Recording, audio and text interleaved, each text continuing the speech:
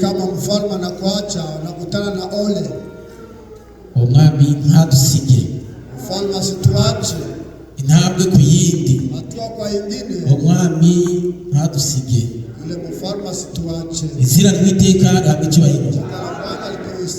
Nge na mwene data tubasuhuje. Tunawasalimu. Mwizera ry'umwami wacu Yesu Kristo. Imana iduhereze ubushyuhe. Atupe kifukutu. Ituvanemo ubukonje. Tuondoe baridi. Iyo umuntu agiye mu irushanwa, kama mtu anaenda ndani ya mashindano, aramanza akitegura, anaanza kujiandaa, kandi burya yirinda muri byose, najichunga kwa kila jambo kugira ngo atasigara atari yagera aho agomba kugera, usudi asibaki kabla hajafika mahali ambapo anawasi kufika. Imana itwemerere tukubali igishito moto noneho ishyira ubushyuhe hagati ya bene data n'abashiki bacu, utu pamoja na wadada na ndugu zetu. Burya twaraye neza, tulilala vizuri, byari bikomeye, ilikuwa imechosha. Kwibona amateraniro, jiona katika makusanyiko, ntabwo ari amagambo, sio maneno, ahubwo ni imbaraga, bali ni nguvu. Kubona uva mu buriri, maana kutoka katika gitanda ukajya muri dushe, kwenda katika kujiosha, ukaza mu materaniro y'umunsi muri gitondo, unafika asubuhi kwa makusanyiko, hari indi ntambwe ikomeye. Kuna hatua nyingine kubwa. Ntabwo babyoshe kubyuka, haichoshe, inachosha. Noneho abavuye mu mirimo waliotoka kazini bakagira mu rugo saa 7 saa 8 saa 10 akabyuka ajya mu materaniro, alamuka agenda makusanyikoni, Imana izabyibuka. Mungu atakumbuka hiyo. Babwije ukuri ntabwo babyoroshye, babia kweli haiko byepesi. Umwami rero utakuba bigenza, mfalme asiyo natwemerere atukubali, aduhereze ubushyuhe tukifukutu bwo kugira ngo twumve iby'Umwuka abwira amatorero. vile maneno ya Mungu ariko ejo sitini hano turi kubona abashitsi, sijue kama tuko na wageni, ntibagira urugo gusa, wenye nyumba tu. Ariko ejo twari hano, jana tulikuwa hapa, kumvaga amagambo meza cyane, sikia maneno mazuri sana, ineza y'Imana, uwema wa Mungu. Umwami wacu mwiza cyane, mfalme wetu ni mwema. Uyu munsi rero, siku ya leo tugiye gusimbuka, leo tutaruka, ijambo tugiye kuganira, neno ambalo tutaongea liravuga ngo, nasema eti uwamenye Yesu, aliyemjua Yesu ntaseba, hayaliki, ahubwo agira intumbero, anakuwa na shabaha. Sinzi niba muri kubyumva, sijui kama mnasikia maneno hayo. Ni ukuvuga ngo uwamenye Yesu akamwakira, mpokea, ntaseba, hayaliki, ahubwo agira intumbero, anakuwa na lengo. Mungu mwema sana. Kumenya Yesu ni ibanga, kujua Yesu ni ibanga. Kumenya Yesu, wamenye Yesu akurutira umugabo wawe, wamenye Yesu akurutira umugore, kuko ari cyo umugore atabasha gukemura kuri wowe, kuna kitu mke hawezi kutatua, ari cyo umugabo atabasha gukemura ku mugore we, ari cyo umugore atabasha gukemura. Ariko Umwami Yesu amumenye we ntabwo aseba, ahubwo agira intumbero. Izina ry'Uwiteka ry'icyubahiro, agira icyo bita igishika, neza mu migendere ye aba afite ibanga rikomeye, ntabwo yaseba kuko afite uwamukoye. Izina ry'Uwiteka ry'icyubahiro, uwamukoye ni umwishingizi we.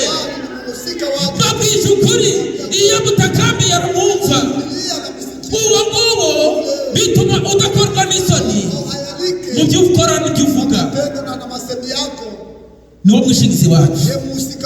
Reka duhaguruke rajya dusome ibyanditswe, ngaho John nihute, Abami ba kabiri ibice 2 umurongo wa 1 ageze kwa 8, umurongo wa 1 ageze kwa 8 niba yahageze yagisoma, anaweza kusoma.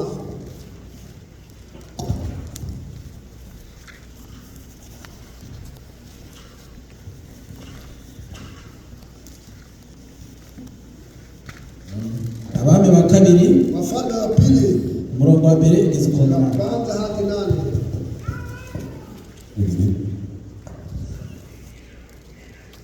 Abami ba kabiri Wafalme wa pili ibice bibiri sura 2 uhera ku murongo wa mbere ugeze ku wa kwanza hadi 8. Turasoma Amen. Uwiteka yendaga kuzamura Eliya ngo mujyane mu ijuru amujyanye mu serwakira. Eliya ahagurukana na Elisa i Gilgali. Eliya abwira Elisa ati ndakwinginze sigara hano kuko Uwiteka antumye i Beteli. Elisa aramusubiza ati uraye Uwiteka uhoraho n'ubugingo bwawe sinsigara. Nuko baramanukana bajya i Beteli. Bagezeyo abana b'i Beteli b'abahanuzi b'i Beteli baza gusanganira Elisa. Baramubwira bati uzi ko uyu munsi Uwiteka agiye kumukuraho shobuja? Arabasubiza ati yewe ndabizi ariko nimuceceke. Eliya arongera arababwira ati Elisa ndakwinginze sigara hano kuko Uwiteka antumye i Yeriko. Nawe aramusubiza ati uraye Uwiteka uhoraho n'ubugingo bwawe sinsigara. Nuko bajya i Yeriko. Bagezeyo abana b'abahanuzi b'i Yeriko basanga Elisa. Baramubaza bati aho uzi ko uyu munsi Uwiteka agiye gukuraho shobuja? Arabasubiza ati yewe ndabizi ariko nimuceceke. Eliya arongera arababwira ati ndakwinginze sigara hano kuko Uwiteka antumye kuri Yorodani. Nawe aramusubiza ati uraye Uwiteka uhoraho n'ubugingo bwawe sinsigara. Nuko barajyana bombi. Maze bakurikirwa n'abana b'abahanuzi 50. Baragenda bahagarara kure aho babitegeye, ariko ubwabo bombi bageze kuri Yorodani barahagarara. Eliya yenda umwitero we arawuzinga, ahakubita amazi yigabanyamo kabiri, amwe aje ukwayo ayandi aje ukwayo, bombi bambukira ahumutse. Amen. Ni data Venusti arasenga tubatwicaye.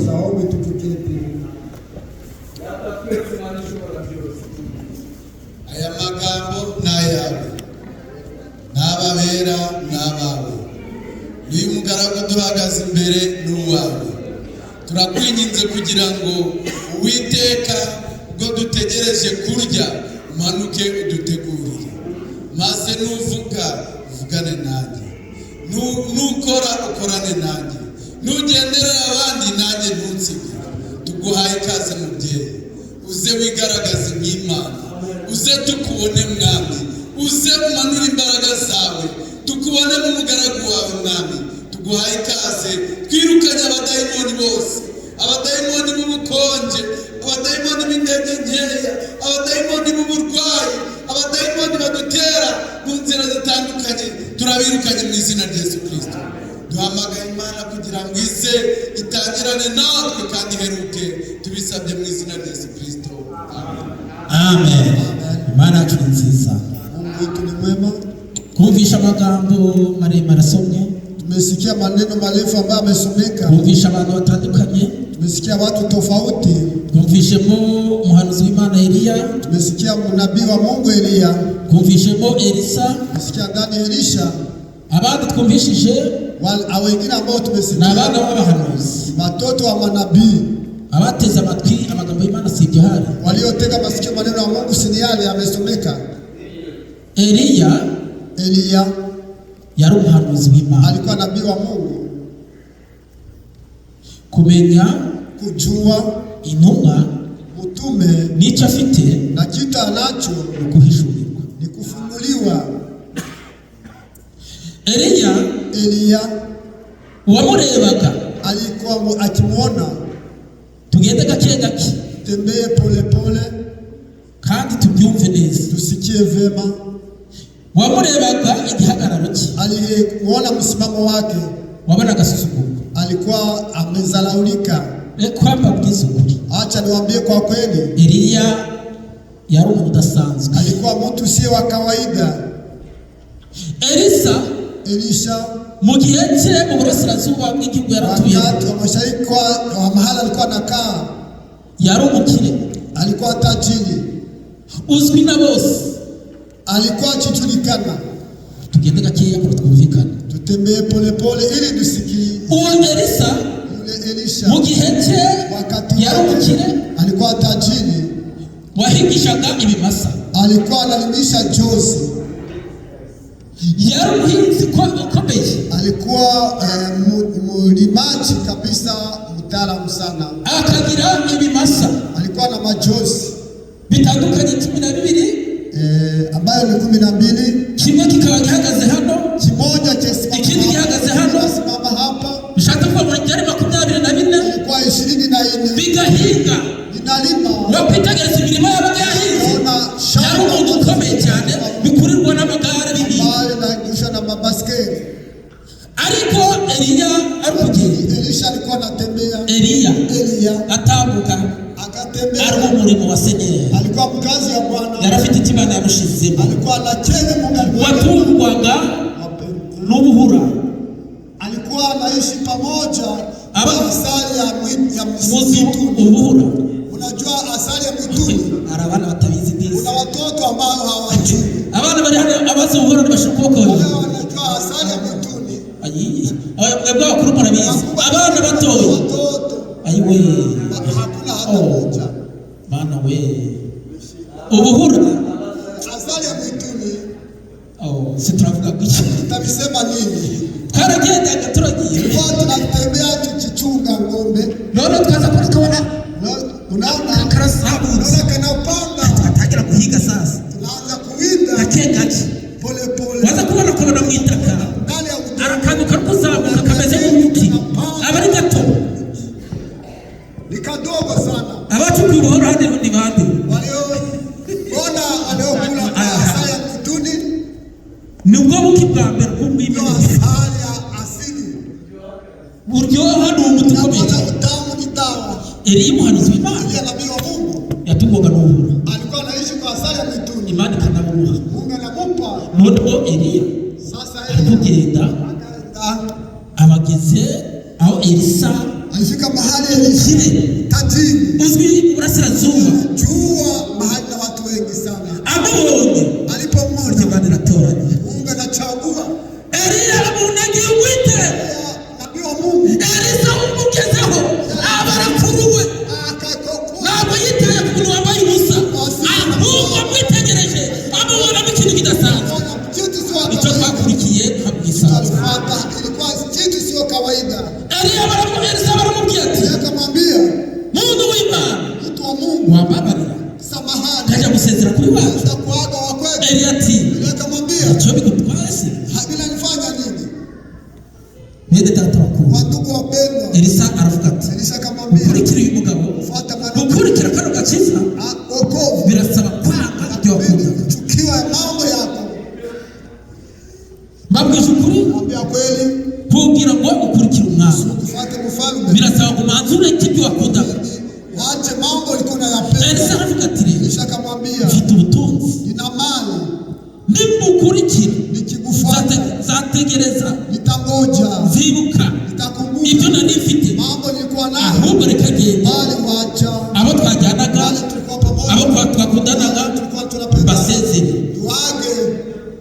Abaragiye Akaenda afata ibiti by'inkomanyizo akashika visingiti byazirikaga ibimasa, wako majozi, afata ibimasa aratemagura, akakatakata. abamurebaga babonaga ko yasaza, Alikuwa kama mpupu, nawe niko kwitagura umusazi, unaenda ariko nyuma y'umusazi bazakubona kuri umuntu ukomeye cyane. kama ni mtu wa Mungu. Elisa baragiye Akaenda abakurikiye akamfuata Eliya. Eliya. Eliya wambaraga ubusa, Eliya alikuwa nta mwambaro afite. hana vazi. Elisa Elisha agiye kuba umugaragu. aenda kuwa mtumwa wake. Uragira biroroshye cyane. Kama unafikiri Abarebaga Elisa waliokumwona Elisha barabaga n'abasazi, wenda wazimu, ariko nawe umwana w'abantu na wewe mtoto wa watu uhangaye utima karakatini, unaenda kwenda ndani ya ile sehemu. ko mwakagombye kuba n'abadive, Ungalikuwa wa Adventiste karakatini koko katika naguze, sehemu kwa kweli ari ibanga rikomeye, kuna siri kubwa, nta handi biva, hakuna kwenye biva mu kutoka gutorana.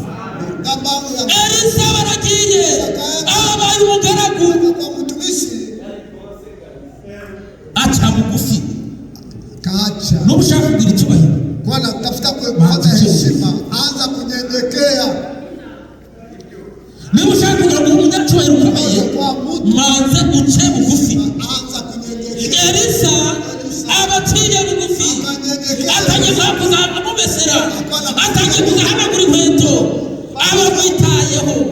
Elisa icyubahiro yarafite abakirambitse heshima kaiweka chini. None bantu babikomere. Siri kubwa sana.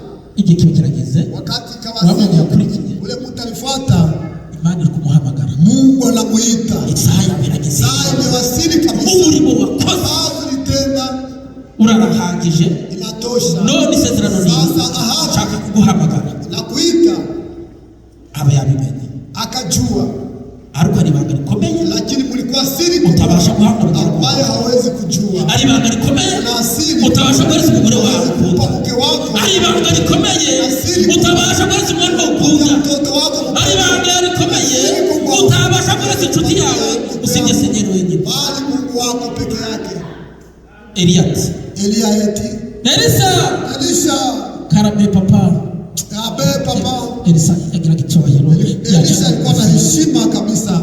Abaramubwiye ati sigara hano. Baki hapa. Witeka mubyagiye muri mission. Ananituma kwa kazi. Anamye Beteli. Ananituma Beteli. Elisa ati. Elisa eti.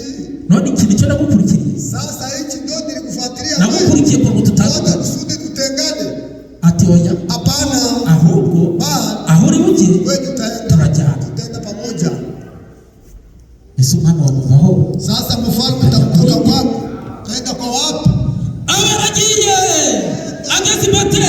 Fika Beteli. Watoto wanawabii. Agariko Elisa. Yaba wabimenyaka. Eko najua.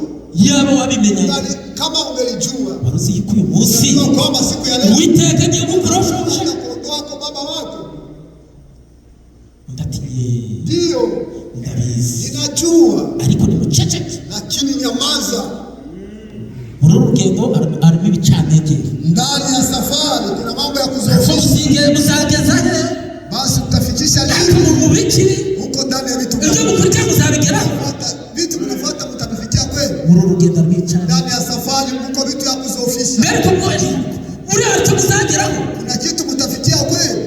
Ariko mukomere. Lakini himalika. Mwishemo kanyamugabo. We imara kabisa. Yesu araje. Yesu iwaje. Waduhamagaye yarahari. Wadukoye yarahari.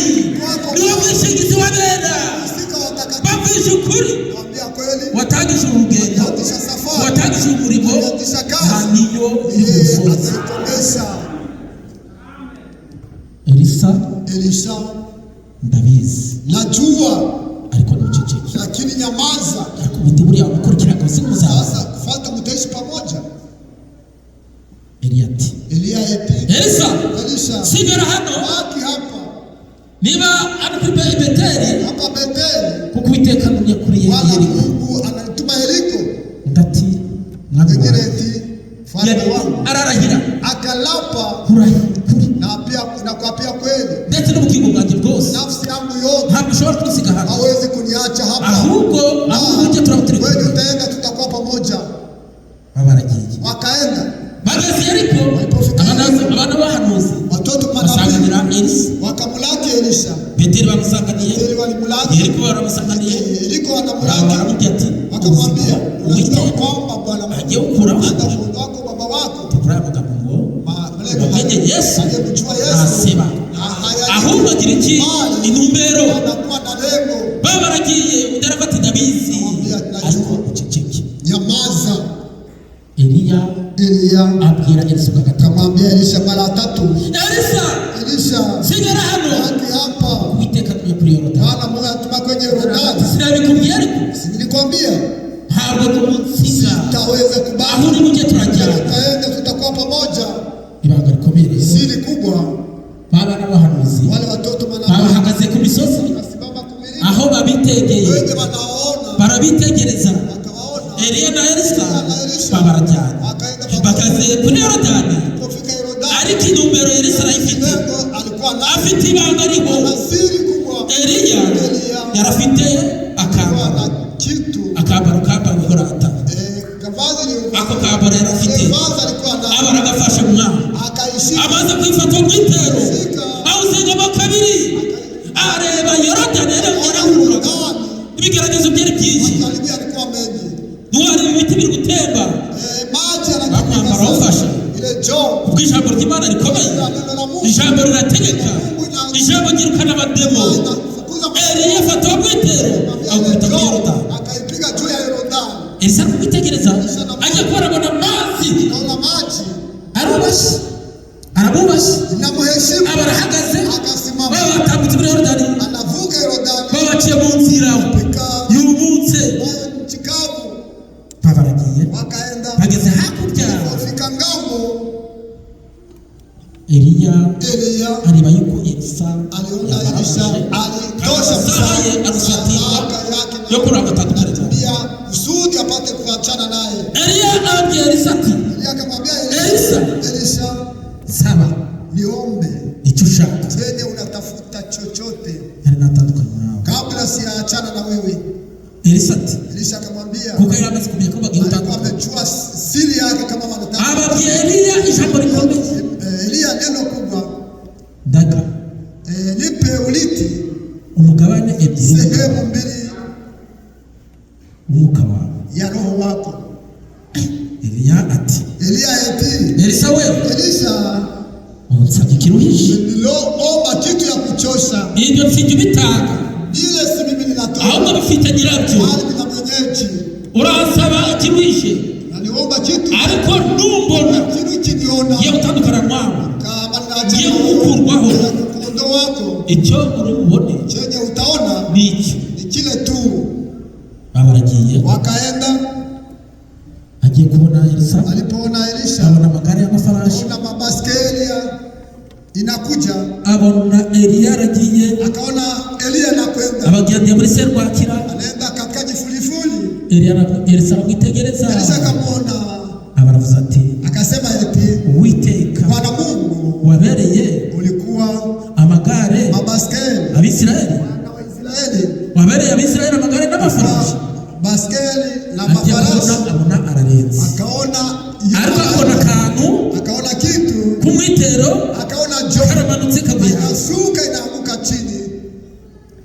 Elisa agasuzugura Elisa akazalau wazi yagasuzugura ruca hehe akalizalau akalipita wamenye Yesu aliyemjua Yesu hahayalike kaba karaguye ikaanguka Elisa baragatoye abaragiye akakwenda.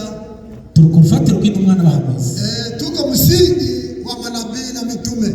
Elisa baragiye Elisha ageze kuri Yorodani kufika Yorodani asagira umurero kutana kabisa harya afati twigishijwe biki tulifundishwa nini? harya twigishijwe biki Tulifundishwa nini? harya ijambo ry'Imana riravuga biki Unasema nini? duhagaze kuki Tunasimama juu ya nini? Elisa arafata harya suku bigenda ibyanditswe suku bivuga afasha kwitera uko yabikoze abaravuze ati awuzingamo kabiri awukubisa amazi abaravuze ati Mana ya Eliya uri hehe Mana y'abantu uri hehe niyo Mana niyo twaje kuramya uyu munsi agiye kubona abona amazi aratandukanye wamenye Yesu aliyemjua Yesu ntaseba hawezi hayalika kamwe. Elisa baragiye Elisha kaenda ageze hakurya alipofika ngambo abana b'abahanuzi baramureba babona ari izindi mbaraga yambitswe abona ari andi mavuta yamaze kwakira babwije ukuri bene data bashiki banjye amaze kwakira umwami Yesu ari izindi mbaraga bamaze guhabwa abona yuko yamaze kugira itandukaniro babaramubwiye ati Elisa we turabona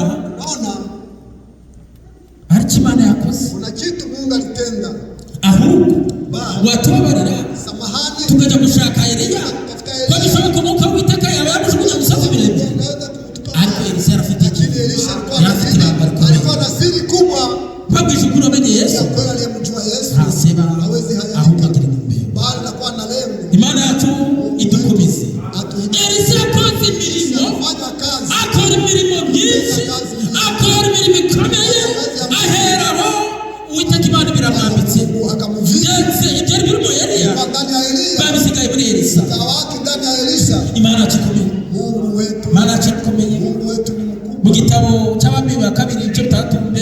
John Kitabu cha Wafalme wa Pili sura 6 John kumve intumbero y'umukristo lengo ya Mkristo wamenye Yesu aliyemjua Yesu hasema ahubwo agira intumbero baada kwa na lengo havuze mu kifurere unasema nini ndugu ibice bitandatu sura 6 kumve usikie vile panasema tukwihuta kugira ngo tucukuze umwete kusudi tupate kufika kwenye mwisho. hera aho ngaho umurongo wa mbere ugeze ku wa karindwi hadi 7. abana b'abahanuzi kugira Elisa bati dore aho tuba yawe hatubera hato, noneho turakwinginze reka tujye kuri Yorodani umuntu wese akureyo igiti twiyubakire aho kuba. Arabemerera ati nimugende. Umwe muri bo aravuga ati ndakwinginze emera kujyana n'abagaragu bawe. Aramusubiza ati ye ndaje. Nuko barajyana, bageze kuri batema ibiti. Umwe muri bo agitema igiti, intorezo irakuka igwa mu mazi. Kati mbonye ishyano kuko umwana aramubaza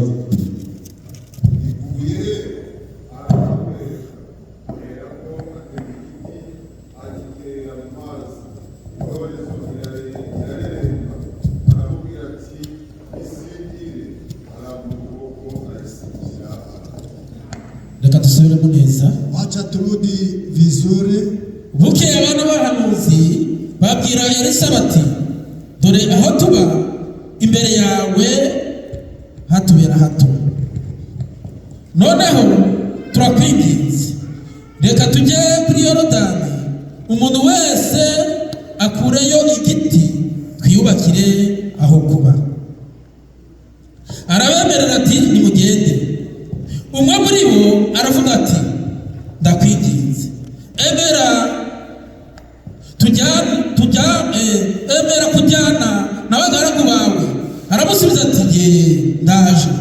Nuko barajyana, bageze kuri Yorodani batema ibiti.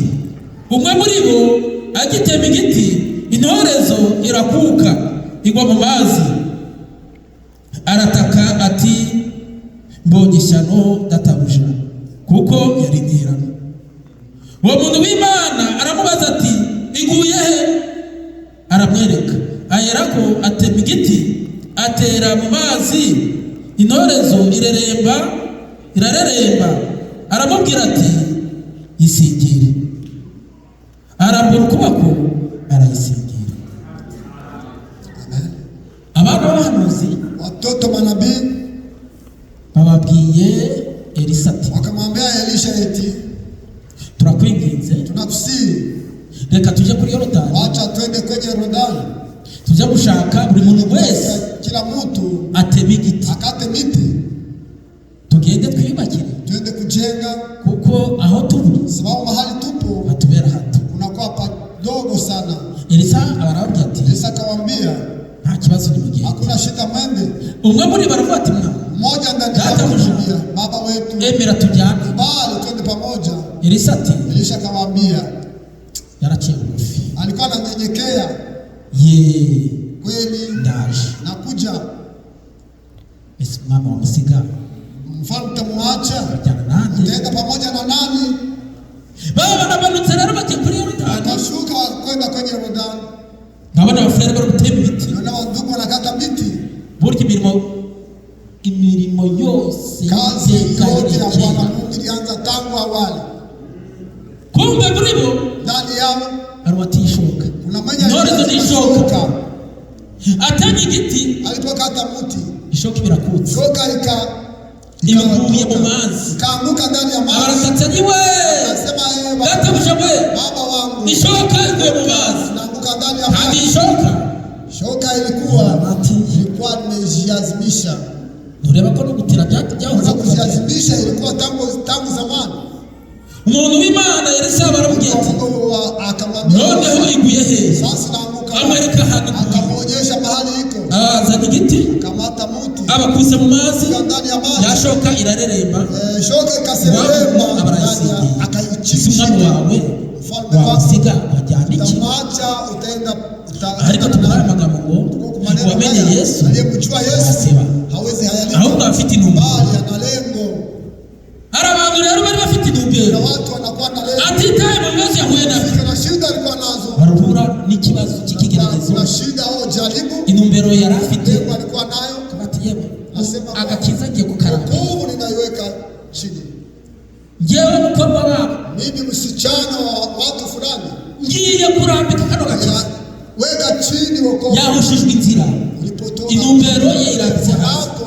Ulipotoa. Arunyagano w'umukobwa waragezwe n'Abasiriya. Kwa nyala wa Isirayeli. Ariko ageze mu Isiriya. Alipofika ndani. Yari afite intumbero ikomeye cyane.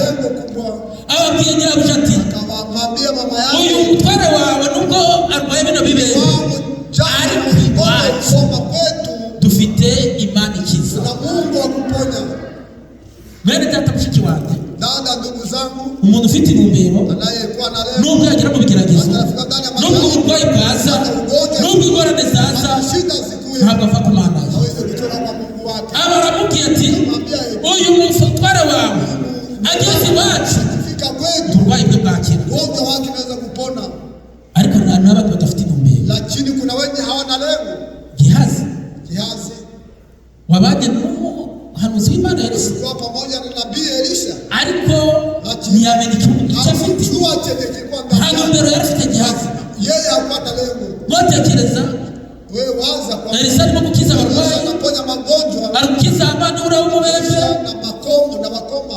Elisa naye ati mwami mfalme muhanuzi bamuzaniye impano ya karama y'umutungo ukomeye cyane ya mali kubwa sana, yanze kuwakira. Anakataa ahubwo ibyo yanze reka ngende mukurikire. Acha nikifuate.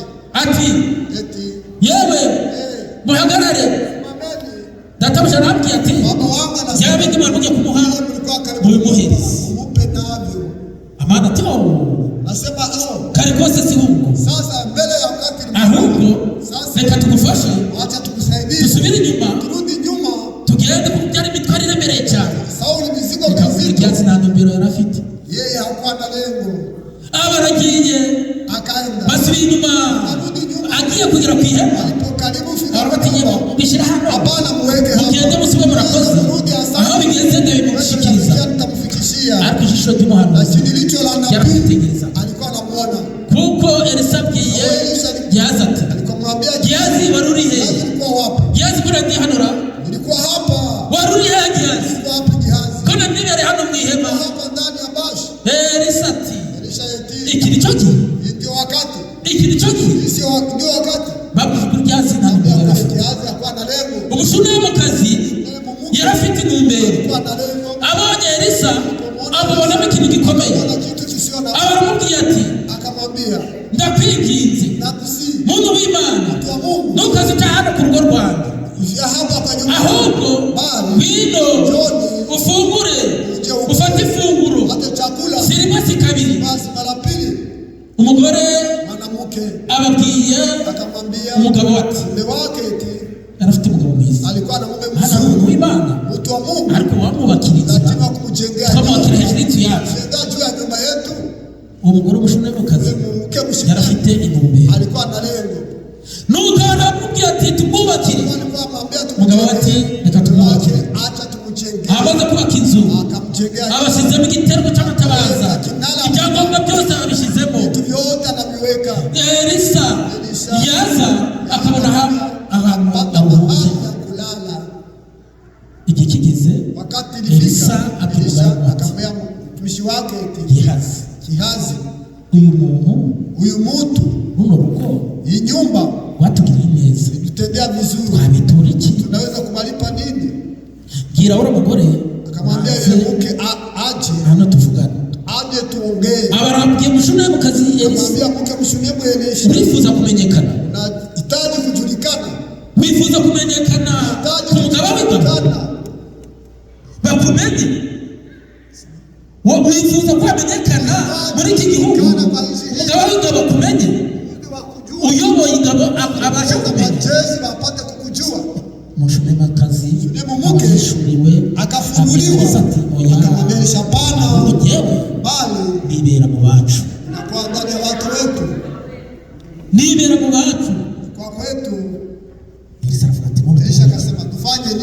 Gehazi aramubwira ati Gehazi akamwambia, bose baba wangu, yewe naritegereje mimi nilitazama abantu n'abakire watu ni matajiri barakomeye wanaimarika sana, lakini kitu hawana, aricyo badafite kenye hawana, nta mwana w'umuhungu hawana n'igikora mu rugo. mtoto mume ambaye wala msichana.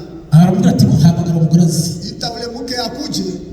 wino hano aragaruka. John akarudi. Aramubwira ati mubyeyi Sasa ikindi gihe kiki siku ile kama Uzamukikiye utakuwa unakumbatia mtoto. Mushuname kazaragenda nibanganye Shulema akamwambia uko umuhanuzi w'Imana ile nabii amesema, ubuhanuzi wawe mugezeho nabii akamfikia umaze kumugeraho. na kumfikia Umwana abaravutse w'umuhungu, mtoto akazaliwa mtoto kiume, igihe kiba kirageze umwana barakuze akafika akakomala, atangiye kuvuga, hata kusema ariko satani ni umugome. Satani ni adui. Reka bagire ko satani ari Hata umugome. niwaambie kwamba Satani adui mbaya. Wa mwana atangira kuri Yule umutwe. mtoto akaanza kukuliwa kichwa. Yari yajyanye na se mu murima, Ameenda pamoja na baba yake shambani. abantu bakundaga guhinga, Watu wanajua kulima. hari uburyo bubakiraga umwana akazi k'ibigaragara Mtoto kusudi ukamushyira ukamuryamisha kugira ngo izuba ritamwica. ya huko kusudi jua isimuue. Umwana bari bamuryamisha muri ako kazu, Walipomlalisha ariko atangira gufata yewe umutwe we. kichwa, Isa baravuze ati baba yake umwana akasema byagenze bite? mtoto Ariko nyina yari yasigaye mu rugo, baba yake alikuwa bakinyuma. abantu abwiye abagaragu Akawaambia watumishi wake, bafata umwana mumujyanire nyina. mtoto mbebe mama yake. Bamujyaniye nyina, Akambebea mama yake. nyina amufashe, umwana niko arufata umutwe, abamufatiye ku kibero. Akamkumbatia. Umwana bavuye mu mubiri, Mtoto akatoka mwilini. umwana aba arapfuye. Mtoto akafariki. Ariko wamenye Yesu Aliyemjua Yesu ntaseba. hayalike. Noneho nyina aravuga ati Sasa mama yake akasema eti ariko uyu mwana huyu mtoto simfite amuduhaye. si Mungu alitupa naye. Umubyeyi yarafite ijambo, Yule mzazi alikuwa na neno la Mungu, yarafite icyo yakiriye. alikuwa na kitu alipokea. Arumufate induru zakuba zose mu Kelele minota mike isi yose ikabimenya. dunia yote na Abaramufashe, akamshika umwana mtoto agenda amuryamisha mu gitanda akaenda kumlalisha kwenye kitanda Elisa. chenye Elisha. abaravuze ati Akatoka nyumbani, ngiye gushaka uyu mugabo, huyu mwanaume ngiye gushaka uyu muntu w'Imana, mtu wa Mungu, kuko niwe watanze isezerano, Sauli alitoa ahadi, niwe ngiye kwishakira. yeye na aweza kumtafuta. Abatelefoni umugabo, Akapiga simu mumewe, mutware, bwana wangu, burya rero ngiye gufata urugendo. sasa nashika safari. Umugabo ati nubuhoro. Unaenda wapi? Umugore ati nubuhoro. Ugiye kujya he? Unaenda wapi? Ngiye gushaka umuntu w'Imana. Tafuta mtu wa Mungu. Umugabo aravuga ati Mwanaume akasema eti atari mwimboneka ry'ukwezi kurata. ole si wakati wetu wa mwezi, Yagomba kuja kumusura ukwezi kurata. unaweza kutazama wakati mwezi na Umugore kisha. bigenze biti. Sasa imekuwa je? Ariko kuko yari azi umugore we, Lakini Sauli alikuwa anamjua mke nawe wake, yari afite umugabo woroshye alikuwa mwanaume mwepesi. wemerera umugabo mwizemera ko umugore yaje gusenga. Akaenda kuomba, Aramubwira ati nta kibazo genda. shida wewe. Abashatse rero Akatafuta amatandiko sasa, abaragiye. akakwenda Elisa agiye kureba abona ivumbi riri kuzamuka hejuru, vumbi na shuka, yari hejuru kanunga. kwenye mlima. Ati wa mugore Yule mwanamke cyangwa mbese n'umushinga w'umukazi labda na yule mke Elisa mshirika. nta kintu Imana yari yamubwiye. Elisha hakuna kitu Mungu alimwambia. Ababwiye Gehazi ati Mwambia Gehazi, Gehazi we Gehazi, ihute harakisha. ugende usanganire uriya mushinga Wewe w'umukazi. mfuraji ule Numugeraho umubaza ati mkia ese ni amahoro? salama. Unongera umubwira ati Ndize mu kumwambia rugo ni amahoro, kwa nyumba ni ese salama. umuryango wawe ni amahoro. Jamaa yako ni salama. Gehazi barihuse, Gehazi akakimbia. amugezeho abashije gushune mu kazi. Akamwambia yule mke Ese ni amahoro? ni salama. Nawe ati ni amahoro. Ni salama. Mu rugo ni amahoro? Kwa nyumba ni Ati ni salama. amahoro. Ni salama. Ese umwana ni amahoro? Ati ni amahoro. Ni salama. Bene data uri umwami aba ari amahoro. Imekuwa ndani mfalme alikuwa na salama. Uwamenye Yesu ntaseba, Hawezi hayalika. yari afite ibanga yifitiye. Kwa masiri ambayo anakimbia. Mbabwije ukuri mushiki wanjye bene data, muri uru rugendo tugomba kugenda turi batatu bane, ariko njye afite ibanga ryawe. Masiri yangu. Uwo mubyeyi yari afite ibanga, iryo banga yari afite ntabwo yaribwiye babandi baba barimo guhinga, iryo banga ntabwo yaribwiye umugabo we, ahubwo ryari ku mutima we. Babwije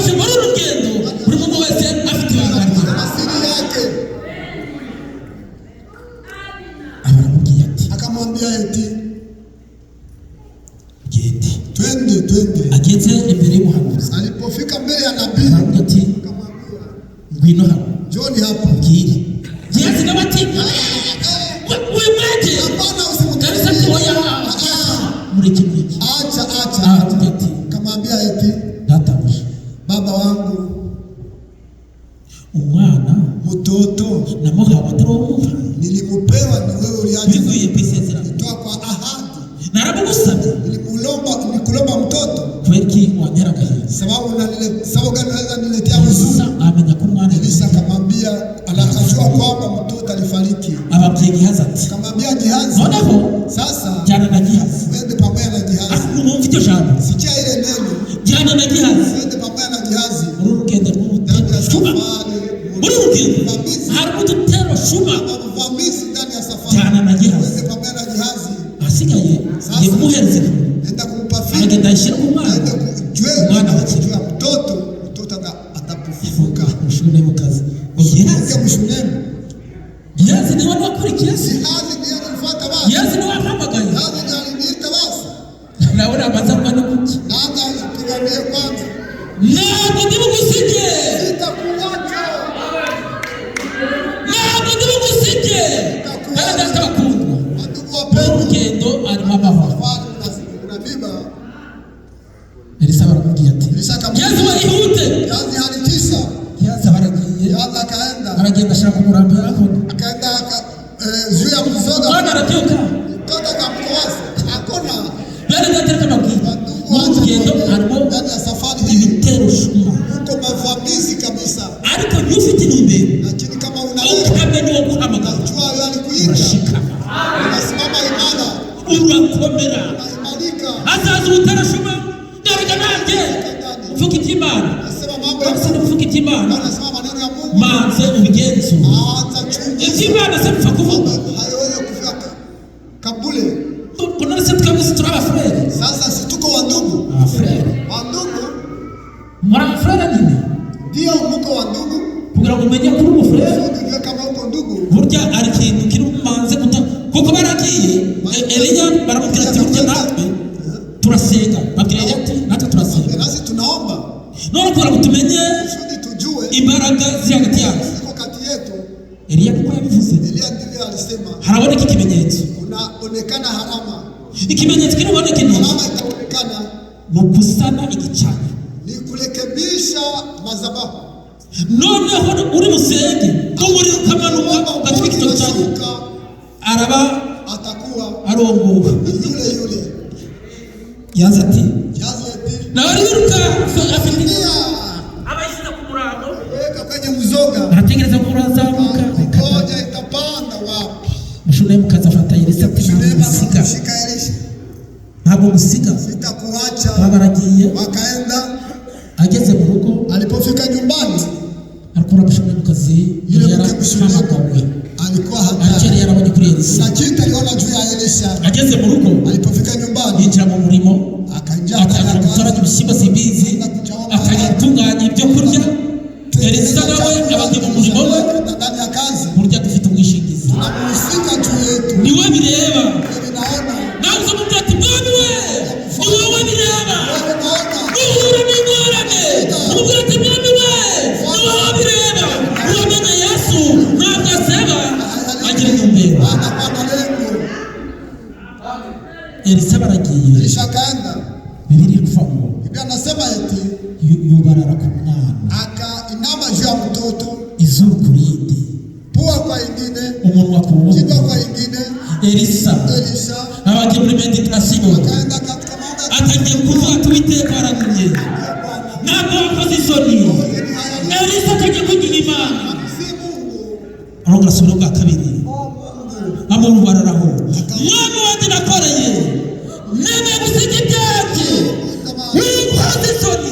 Imana yacu dukoze isoni. Elisha Arongera asubira bwa gatatu. akarudi. Bibiliya itugendeza inshuro zirindwi zose, Mara 7. agiye kubona buri mwana Na aratsama, mtoto na umwuka wazima umusubiyemo.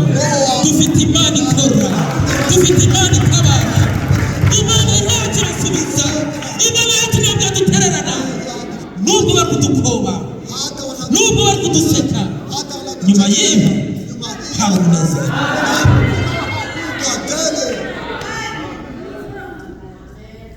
mushiki wanjye dada yangu Elisha abahamagaye akamwita wamushunye mu kazi yule mke mshunemu ati akiriya pokea mtoto wako. Mungu ni mwema sana. Kureba ubushunye mu kazi Naona yule mke mshunemu yongerewe imbaraga amevikwa nguvu. ejo bundi ndayisaba yagize impanuka Juzi ndayisaba alipata ajali ariko ari izindi mbaraga yiyongereje. lakini kuna nguvu ziliongezeka. Je, naravuze ati rero ndayisaba Sema sasa ndayisaba niba ari ikintu batunganya kama kuna kitu haujatengeneza, niba koraga Imana kama kuna mtumikia Mungu noneho uyikorera witanze cheo kijitoa, ariko Imana igushaka kuna kitu Mungu anatafuta kwa ubushunemu nawe ubushunemu kazi yongerewe imbaraga alivikwa nguvu. ariko dufite ingorane, Tuna shida aribyo tugiye gusozereza na vitu ambavyo tunataka karibia kukomeshea.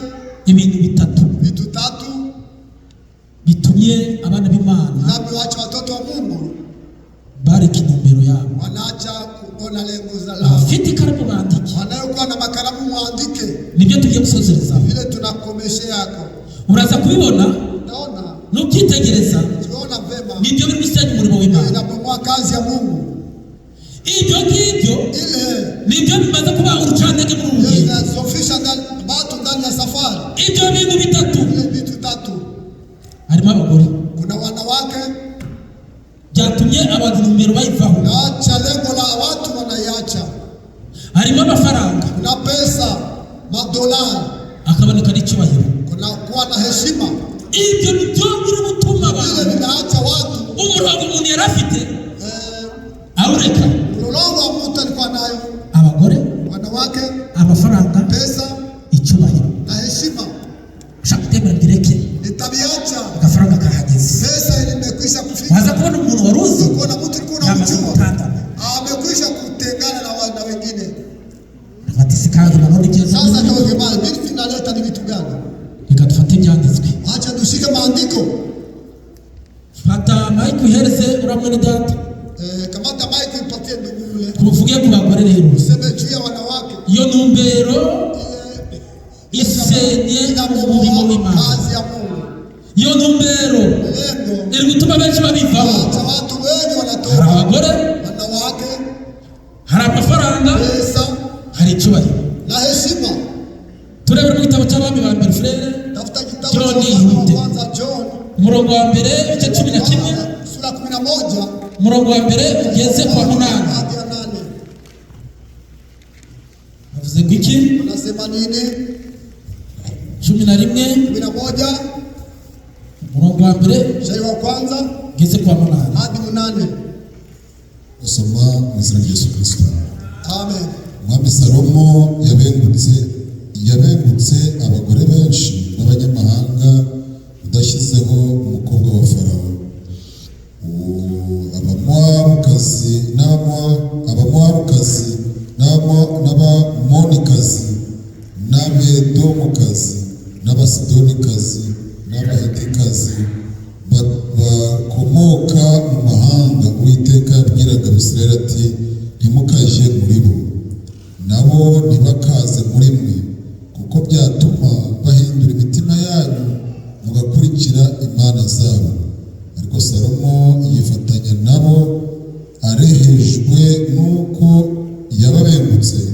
Yari afite abagore b'imfura 700 n'ab'inshoreke 300. igihumbi cyose Nuko abagore be bamuyobya umutima. Salomo amaze gusaza abagore be bamutwara umutima agakurikiza izindi mana, bigatuma umutima we utagitunganira Uwiteka Imana ye nk'uko uwa se Dawidi wari umeze. Kuko Salomo yakurikiye Ashitoreti, imanakazi y'Abasidoni, na Milukomu ariyo kizira cy'Abamoni. Uko niko Salomo yakoze ibyangwa n'Uwiteka, ntiyayoboka Uwiteka rwose nka se Dawidi. Bukeye Salomo yubakira Kemoshi ingoro ku musozi werekeye i Yerusalemu. Kemoshi yari kizira cy'Abamowabu, kandi iyindi ayubakira Moleki ikizira cy'Abamoni. Ngo niko yakoreye abagore be bose n'abanyamahanga bakajya bosa imibavu bagatambira imana zabo. Amen. Tekereza yarafite amavuta gitangira, alikuwa mafuta wakati alianza. Amaze kubona bimaze kumugeraho, alipoona vinamfikia abagiye mu bagore, akaingia ndani ya wanawake. Imana ye abarayiretse, Mungu wake akamwacha, abayakiriye utundi tumana, akapokea miungu mingine. agushijwe n'iki? Ameangushwa na nini? N'abagore. Muhereza abayiteferi, nimuhereza uko arakomeza. None Salomo amaze gukora itimani rishimye, Salomo alikuwa anatumikia Mungu, yarishimye, alikuwa anafurahi. yagushijwe n'iki? Aliangushwa na nini? Umurongo wa 9 frere, Imana yarishimye cyangwa yarababaye? Alifurahi wala alimusika. Tusome umurongo wa 9. Soma shairi ya 9.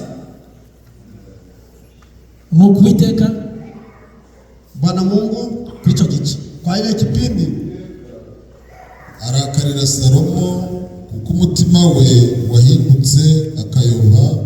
Uwiteka Imana ya Isirayeli yari yaramubonekeye kabiri. Amen. Amen. Nuko Uwiteka arababara, Bwana Mungu akahuzunika. niyo mpamvu bene data, Ndio sababu ndugu zangu, ni ikizira ninajisi kugendera mu bo mudahuje, tembelea ndani ya watu ambao hamko sawa, bonona ingeso zanyu, wanaharibu tabia zenu. ngo uzaze kubera marene, uzaze kubagarira mu bukwe. Hiyo ndani ya harusi Nini?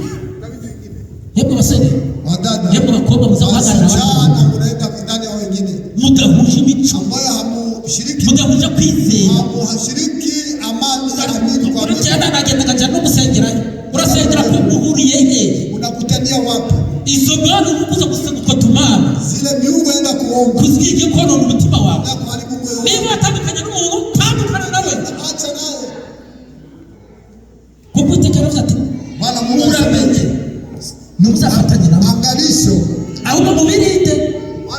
Noneho barafata rero kugira ngo bari abantu Bisirayeli tubabone, wanaweza tuwapate, tuze tubaresha tuko tunawavuta ukabagema kawagema nagutumiye iwanjye na kwali mfite ubukwe na harusi, ndugu zangu, ubukwe na harusi bagatangira kuza babaresha gahoro anza kuwavuta baba n'abakobwa n'abahungu, wale wasichana na wavulana yagerayo wanaofika Agiye mu bukwe rero. enda ndani ya harusi. kakora umwana mwiza, Kwa mtoto mzuri abakobwa batangira gushingirana, wanaanza kuoana, kumbe batangira gutwara imitima yabo, wanaanza kuchukua mioyo yao, batangira kubona imitima yabo. mioyo yao. Bene data, niba wanga ikibi ucanye umuntu kigaragaze, Kiache kwa no kuba akazuyazi ntacyo bimaze. kwa uvuguvugu haina Akazuyazi ni kabi katuma ugunga nabi, na tunakuwa najisi, unapata najisi, ariko nta kibazo. hakuna shida. Kuba ubukatikati ni ikintu kibi cyane. Kwa mkatikati None hapana. ufashe ibyo kurya ejo nabivuze, ibyo kurya byiza, Kama unashika chakula ariko ukabisha kusana ibyo kurya wewe kwenye plan ikirimo ikirimo ni inzoka. utafuata ni kuhala na Mwanga ikibi kama unakatala kibaya n'igisa nacyo, na chenye kufanana nacho, nta buryo bufata kino kintu ni kibi kandi ni cyiza. pia ni kizuri. Hapana, Ufashe amata meza kama maziwa mureza aravuga ngo isazi zipfuye zituma iki aguka nabi, yaka amata meza ariko ajya kuruka bitewe n'isazi zigize zigeze bakora igihugu. Isazi zipfuye zituma amata y'abajya hano agira uteze harufu mbaya. kandi amata ngo yari meza, ijambo rye ryiza ariko riravangiwe, Lakini imechanganyikiwa. iryo jambo ziri gutangirwa. Ile neno linatolewa wapi? Salomo ahuye n'ingorane, Kuna na shida. ahuye n'ingorane z'iki? Kutana shida nini? Z'abagore, Za wanawake. ngariko waza gusengera mu bapene Kwenda kuombea ndani wa hari Pentekoste. ikibazo Kuna shida. kirahari, Iko. uzagerayo Utafika huko. bazaba bafite amatorero za Sayuni, Na makwaya za Nazareti, za Hosiana. Siana. Iyo mico twayigezemo, Ile tabia tulikuwa tulifikia basi. isazi zipfuye Nzi zinaofariki zituma amata zinaacha maziwa. ako bana yanjye. Amata ni meza ariko Maziwa kuko yalikuwa mazuri, lakini sababu ya nzi zinaanguka ndani. uranywa se. Utaikunywa basi? Hapana, Reka tugende. imeharibika. Wanga ikibi n'igisa nacyo. Katae kibaya na chenye kufanana nacho. Niba ushyushye garagaza ko ushyushye, Kama huko niba ukonje ugaragaza ko ukonje. unaonyesha kama uko baridi. Niko bimeze. Ndio vile viko. Reka tugende ku mafaranga. Tuende kwenye pesa. Turebere rwa mbere rwa Timoteyo. Waraka wa kwanza wa Timotheo. Turi kwihuta kandi Harakisha. ibice 6:6 Shahidi ya 6 tugeze ku 10 hadi 10. tujye ku mafaranga. Tuende kwenye pesa, madolari. Twagiye navuze mu kijyoro. Nasema nini ndugu John? cyakora koko kubaha Imana iyo gufatanije no kugira umutima unyuzwe kuvamo inyungu nyinshi, kuko ari ntacyo twazanye mu isi kandi ntacyo tubasha kwivanamo, ariko ubwo dufite ibyo kurya n'imyambaro biduhagije tunyurwe nabyo. Twifuza kuba abatunzi bagwa mu moshya no mu mutego no mu irari ryinshi ry'ubupfu ryangiza rikaroha abantu mu bahenebereza bikabarimbuza, kuko gukunda impiya ari ubuzima bw'ibibi byose. Hariho abantu bamwe bazirarikiye barayoba bava mu byo kwizera bihanisha imibabaro myinshi aba. Ariko gukunda impera ni iki? Subira aho ngaho. Rudi hapo. Kuko abifuza kuba abatunzi cyangwa kugwa mu moshya no mu mutego no mu irari ryinshi ry'ubupfu ryangiza rikaroha abantu mu bibahenebereza bikabarimbuza, kuko gukunda impiya ari umuzi w'ibibi byose. Hariho abantu bamwe bazirarikiye barayoba bava mu byo kwizera myinshi aba. Icyakora koko Kweli. icyakora koko Labda kubaha Imana muheshimu Mungu. iyo gufatanyije n'umutima Kama nasikia unyuzwe moyo ya kutosheka avamo iki? natoka nini? Kuko ntacyo twazanye muri iyi si. Hakuna kitu tulileta duniani. Muri iyi si ninde wazanye amadolari? Nani alikuleta dolari duniani? Ninde wazanye imodoka? Nani kwa na gari? None se nugenda imodoka uzajyana nayo? Kama utakwenda na gari utakwenda pamoja Utinze nayo. gupfa ahubwo. Na itaji kufariki. Utinze gupfa. Na N'icyo ufite bagisabye. hadi kufa. Niba ari sentero bayikuramo. Kama sentiri watatosha. Niba ari nubwo jya bidolari. Hata kwenda Abakwemera kujyana nayo. wataitoa. Bari kuvanamo. Wataitoa kabisa. Icyakora koko Bali kubaha Imana kumheshimu iyo Mungu. gufatanyije n'umutima Kana unyuzwe. sikia na moyo ya kutosheka. Kunyurwa burya nicyo cya mbere. Kutosheka ndio ya kwanza. Igihe utuma abantu by'abarangiranye Watu no wanatamani kutanyurwa. kutotosheka. Ariko intambara ziri kuva hehe? Vita inatoka wapi? No kutanyurwa. Kutotosheka. Icyakora koko Bali kubaha Imana kumheshimu iyo Mungu. gufatanyije n'umutima unyuzwe Kana moyo ya kutosheka. avamo inyungu nyinshi. Inatoka faida nyingi. Bene data umuntu wagizwe Mungu yumva aliyetosheka nta kibazo afite. anasikia hana shida. Ntacyo twazanye muri iyi si Hakuna kitu tulileta nta duniani. nicyo tuzavana. Hakuna kitu Nubwo bari guhangana nabyo ntacyo bazajyana. Hakuna kitu mtachukua. Cyaheze Ya wapi? abamaze kugenda ni bangahe muzi? Wanayekwisha kwenda ni wangapi? Bajyanye ikisi Walibeba nini? ntacyo twazanye muri iyi si. Hakuna kitu tulileta. Ninde wabyaye umwana ziyambaye? Tuiwe na va. Aza treni ayambaye ubusa. Utatoka ukivaa uchi bure. Iyi myambaro twambaye Ndimo ambazo tunavaa. ni ibyaha. Ni zambi. Icyaha nicyo cyatumye tubyaza. Zambi ndio acha tunavaa. Ntacyo twazanye muri iyi si. Hakuna kitu tulileta duniani. Nta nicyo tuzavana. Na hakuna kitu tunatoa humo. Mwami wanjye Ufalme wangu ubwo mfite ibyo kurya nina chakula. ukaba mwagiriwe ubuntu n'imyambaro Bwana bayikora neema na vazi ninapata. ikanyurwe nabyo. Wacha nitosheke. Kuko Sababu uyu mubiri mwili huu ushaka ubugingo bw'Imana nafsi ya Mungu ibindi muzabyongera. ingine mtaongezewa. none se uyu mwambaro wambara kugira ngo wambare neza niko waramutse Ni sababu ulianguka. kugira ngo ugende wisiga amavuta soko Upake mafuta uchanue niko nywele. Imana yaguhaye ubuzima Sababu Mungu alikupa uhai. ariko iyo umuntu yarwaye Kama mtu yibuka aligonjwa n'umwambaro wo kwambara nakumbuka na vazi basi. Hapana. icya mbere ni iki Ya kwanza ni nini? ni ubugingo Ni uhai wako. agakurikiraho iki Kunafuata nini? ibyo kurya burya Chakula. umwambaro uza ari mbese ari nyongera Vazi na kwa ikiongezeka. kuko mbiramo niba noneho ufite ibyo kurya Kama wewe leo una ukagira chakula n'umwambaro na kuwa na vazi, we nabyo tosheka na ile. kuko abakunze ubutunzi Waliopenda mali, bagakunda impiya wanapenda pesa, barushije umurongo bari bafite kutosha njia walikuwa nayo. yuda Yuda, ninde wakurushaga icyubahiro nani alimpitisha heshima? yuda wari Yuda alikuwa umubitsi ukomeye mwekaji wa pesa.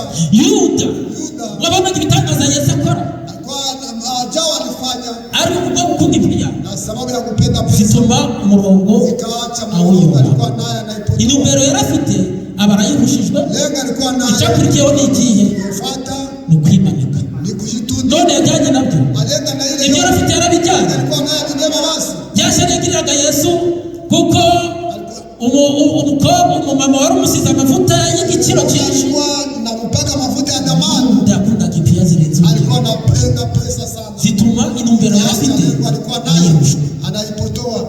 hakurikiyeho igihano Alifuata nini? igisigaye ni icyubahiro Kinachobaki ni heshima. si icyubahiro gisigaye Heshima jina wakia. tuvuze ku bagore Tunasema kwenye wanawake, tuvuga ku mafaranga tunasema kwenye pesa. reka dusozere ku kintu Acha tukomeshe na heshima. icyubahiro cyo kiratumaze Heshima inamaliza watu wengi.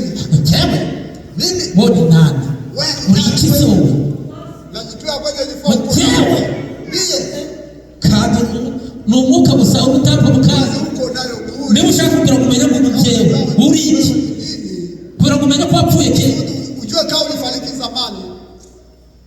twese hano twarapfuye Unakuwa walitu nta buzima uhari kuna aliyekuwa hai. ahubwo ubuzima dufite ni umwuka w'iteka n'igizo Sababu ni tunazimwa na Bwana Mungu.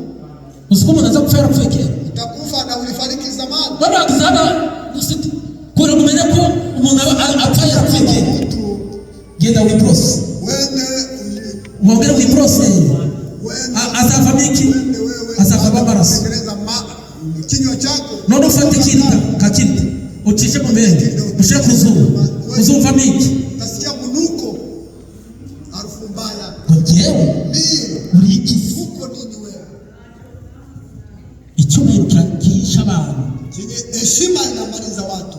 herode ati Leo eti ariko bana baratangiye muri disco abantu batangiye kuburamya anataka kumwabudu. yari yambaye imyambaro y'ubwami n'ubugabo Anavaa yari mavazi ku ntebe y'icyubahiro kwa kiti ya heshima. muri matayo kuko ibyubahiro Ndani Mathayo kunasema mambo ya heshima. turasoma muri matayo dushaka gusoma n'ikindi ibyubahiro tubivugeho Heshima tutaisema hapo. ariko si ijwi ry'umwami we Si sauti ya Bwana.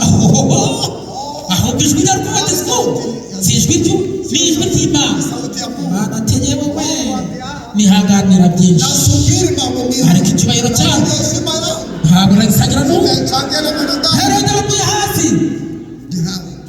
herode baguye hasi Akaanguka chini. bagiye kubona Aenda kuona. umuntu wari wambaye imyambaro y'ubugabe bamuha epesire inyo Hata vidudu vinatoka ndani yake.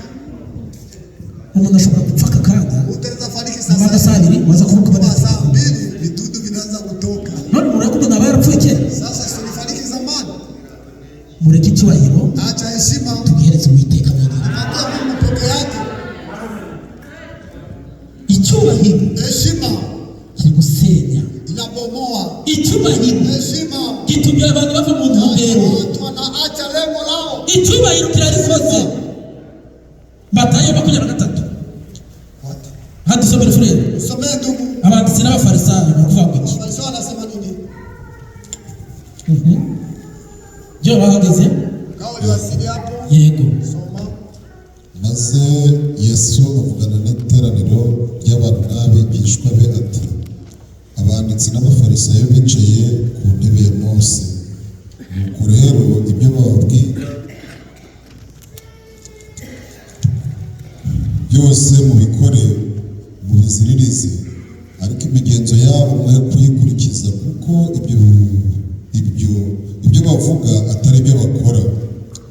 Bahambira imitwaro iremereye idaterurwa bakayihekesha abantu ngo ku ntugu, ariko ubwabo ntibemere kuba bayikozaho n'urutoki rwabo, ahubwo imirimo yabo yose bayikorera kugira ngo abantu babarebe abaone. N'impapuro bambara zanditsweho ngo amagambo y'Imana bazagura, bakongera inshunda imyenda yabo, kandi bakunda imyanya y'abakuru mu birori n'intebe z'icyubahiro mu masinagogi, no kuramukirizwa mu maguriro, no kwitwa n'abantu rabi. Ariko mwebeho ntimuzitwe rabi, kuko umwigisha wanyu ari umwe, namwe mwese muri abavandimwe. Amen. Bene data bakomeye, Wandugu wapendwa, intebe abafite intebe yabugenewe nawe ndi bayicara hakuna mtu wa intebe kuishi y'icyubahiro mu masinagogi, kiti ya heshima ndani ya sinagogi. upimye kugenda ukahicara Kipima kwanza unafanyikana no kwitwa n'abantu rabi. na kuitwa watu waheshimiwa. wagira mu maguriro Nenda kwenye masoko, kumwita rabi, mheshimiwa, bishop, bishop, musaza, mzee, ibintu by'ibyo byinshi by'ibahiro byinshi bila maheshima mengi sana. pastor Pastor, kongera wa kadisi tuongezee ingine kicyubahiro. ya heshima. Dusomere Daniel kandi umusoza Tunakomea ibice 4:25 turebe umuntu washatse icyubahiro tafuta heshima. agurwa neza. Pastor installe hakuna Daniel ibice 4:25-29 kandi umusoza barakuturuha amagambo ngo intumbero. lengo Wamenye Yesu, aliyemjua Yesu ana lengo. Ibyo byose bisohora kuri Umwami Nebukadinezari. Hashize amezi 12 umwami yari i Babuloni arambagira mu rugo ibwami, aravuga ati ngiye i Babuloni hakomeye niyubakiye ngo habe umurwa wanjye nkuraho, nkubakishije imbaraga z'amaboko yanjye ngo haheshe ubwami bwanjye icyubahiro. Umwami atararangiza ayo magambo, haza ijwi rivuye mu ijuru riti, yewe mwami Nebukadineza, ni wowe ubwirwa, ubwami bwawe bukuweho, bazakwirukana bagukure mu bantu, ubane n'inyamaswa zo mu ishyamba. rekeraho Achia pale ndugu yangu. Nebukadinezari komana Mungu wangu arabaravuze ati akasema eti nuko sasa ibyo byose yale yote bisohora ikatimia kwa mfalme Nebukadinezari. hashize amezi 12 Isha miaka 12 umwami yari i Babuloni, mfalme alikuwa Babeli, aratambagira akaanza atangira kugenda, arikugenda mu murwa wiwe, tembea ndani ya mji, aratambagira mu rugo rw'ubwami, ndani ya ikuruni, aravuga ati akasema iyi eti Babuloni mji Babeli hakomeye henye kwa nguvu niyubakiye ambao nilijenga ngo habe umurwa wanjye wangu uhoraho, inayoishi.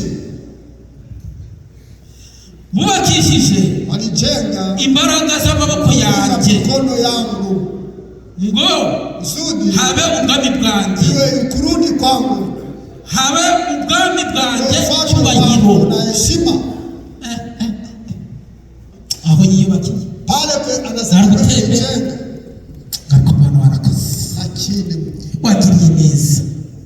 Mbega ahantu ona nafasi mu cyayedire nagikwatire na rwenye nilijibeba bahana narubatse nilijenga mbese hameze neza, sawa nguwe neza, nastarehe nta muntu wanyirataho. nakutarajisha hapa kwangu Aho nubatse kwenye nilijenga kandi ngo habe iwanjye, kwangu habe icyubahiro na cyanjye. heshima yangu. Imana imwitegereza, Mungu akamtazama, Imana biramugaye, ikamugairi sana. Imana iramugaye, Mungu akamsalau. Murabizi, Unajua utarwa sozi kabla hauyakomesha ile ugiye gucibwa ubwami bwawe ufalme wako unatekwa nyara. Si nibyo gusa, Zako ile tu ugiye guhinduka inyamaswa zo mu unatumika cyaro, kama nyama ya pori. utangire ugende urishe. Kula majani kama nyama za pori. Nebukadinezari Nebukadinezari azize iki? anakufa juu ya nini? Azize icyubahiro. Sababu ya heshima. Bene data bakundwa, Wandugu wapendwa, icyubahiro heshima gituma uva ahasusurutse inaacha kwenye joto ukajya ahantu habi. naenda mahali pabaya. Icyubahiro Heshima nicyo kiri kurikora muri iyi minsi. inaacha ishi inaharibika, wala watu wanaachana na wengine.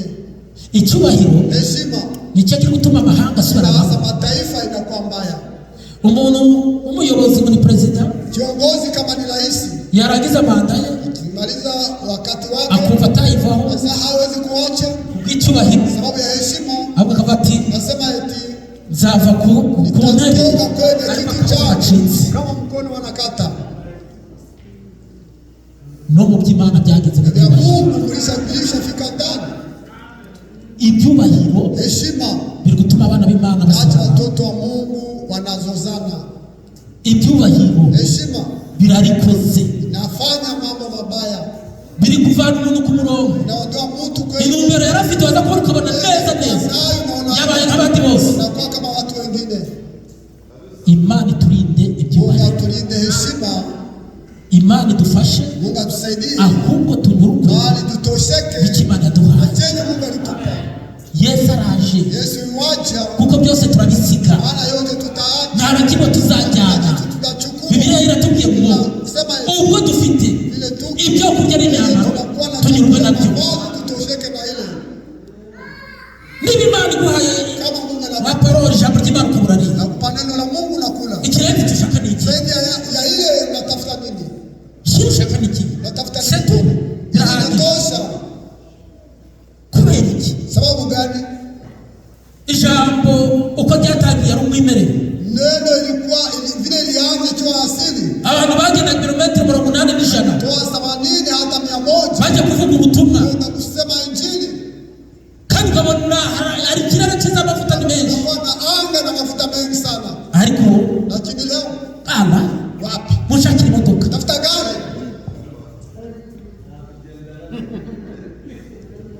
baryamaga ku biraro, baryamaga ku birago, Walikuwa wanalala juu ya milango. ibishagari murabizi ibyo basasaga, washyiraho ikirago ukagira muri matora nziza cyane. Yaani matera nzuri sana. Hari umuntu umwe yavuze, Kuna mtu mmoja ambaye yageze iwacu tuze ku kadini mu itorero baradakira abafurere mwe aho naraye kuna utaratibu. ihenira kumita simubuzi Si mnamjua bitewe nuko sababu arahavuye arahageze, kuna mahali atoka na yibagiwe aho yavuye. au kwenye alitoka. Tekereza ategeka kuvuga umukozi w'Imana yamufashije siho akamubakira inzu akamushakira n'icumbi aho abashyitsi baryama, Wenye wageni watalala. ariko we bitewe nuko amwakiriye yagomba kurekera umutima, ariko icyubahiro cye Lakini heshima yake atari kugenda amuvuga. anza kumkwenda na mtaja. Naye muzari Najua bafashe nabi, wananishika bamuriye umutima walipangu kati utagira ibishyimbo. yenye haina maharagwe. Bene data, ibyubahiro Ndugu, heshima birarikoze, inafanya maajabu. birarikoze, Inafanya mambo biri mabaya. gutuma umuntu intumbero yari afite ayirekura, Anaiacha. hamwe habaho no guhangana. Unakuwa kupambana tu. Twese tumuhomba. Sie wote tumkose. Ibyabereye i Gisenyi murabizi, Ilikuwa Kisenyi mnaijua. ibyubahiro bizarikora. Heshima itafanya mambo mabaya. Bararwanye mu asamble Pigana ndani ya kanisa. kuva ku gicaniro undi ati nicyo kijyaho Itaingia. ibyubahiro. Yewe data we, Mambo gani? abasaratani barakurya. Wanasema wanaanza kulia. Bene data bakundwa, Wandugu wapendwa, tuve tukajya tunatoka wapi tunakwenda wapi? Babwije ukuri. Naambia kweli. Yesu araje. Yesu yuaja. Yesu araje. Yesu yuaja. Niyo mpamvu ndio sababu abakomeye kubona benshi batendebutse. Unaona waanza kutingizika. Basigaye kwarane. Hapa kuna watu shujaa. Ibyubahiro rero. Heshima sasa. Hazira mu bugambanyi. Kwa mambo ya kusalitiana. Hazira mu rwangano. Na chuki. Hakazira mu kwicana. Hakuwana.